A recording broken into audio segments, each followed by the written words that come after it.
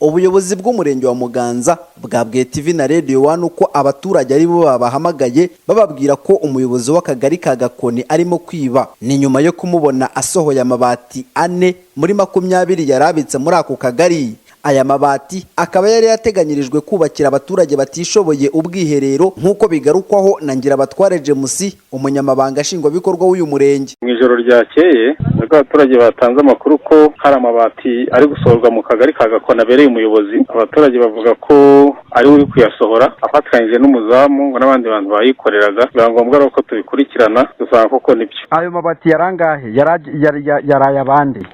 Ni amabati, ku mabati yarakuyeho yari amabati 4, ariko harimo n'andi mabati yandi yaragenewe abaturage badafite ubwiherero, yari gufasha abaturage batishoboye. Ubwo baze muri rusange ubwo yari amabati angahe yari ashobora kuba aragiye kunyereza? Ayo tuvuganye yari arimo yose yari amabati agera kuri 27, ariko yamaze gusohoka n'amabati. Ubu kugeza ubu harakurikiraho iki giti? Birango gukurikiraho n'inzego z'iperereza zirakomeza zikora akazi kazo, ubwo nta hamwe n'icyaha nyine araregwa icyo amategeko ateganya. Kuri ubu Hatangimana Wilson, umunyamabanga nshingwabikorwa w'aka kagari ka Gakoni, afungiwe kuri sitasiyo ya polisi ya Bugarama nk'uko byatangajwe na polisi y'u Rwanda ibicishije ku rubuga rwayo rwa Twitter. Ingingo ya 10 y'itegeko ryerekeye kurwanya ruswa ivuga ko umuntu wese, yaba umukozi wa leta cyangwa undi ukora umurimo wa leta cyangwa ukora mu nzego zayo, ukoresha mu nyungu ze cyangwa izundi umutungo, amafaranga cyangwa inyandiko z'agaciro